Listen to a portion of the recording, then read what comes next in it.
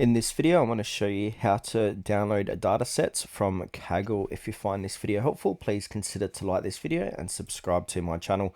In saying that, let's just jump straight into the video. Okay, so the best way to do this is to open up a web browser, go to kaggle.com and then sign into your account. Now, once we've done that, on the left-hand side, we've got these different tabs here. So go ahead and click on the Datasets tab. Now, this is where we can explore, analyze, and share quality data. You can also learn more about data types, creating and collaborating here.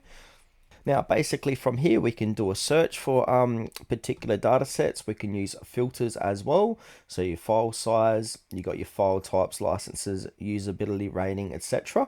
And we can check out the trending data sets by go ahead and clicking see all. Now, if there's any data sets you like, you can actually give them an upvote. And if we want to go ahead and check it out, just say if I want to use this one here, Euro Millions historical data, we can have a look at it. Now, you'll notice on the top right hand corner, we've got the download option. So we can go ahead and download that data set. Now, it should download as a zip file, and then we can extract that zip to access the files using CSV images, etc.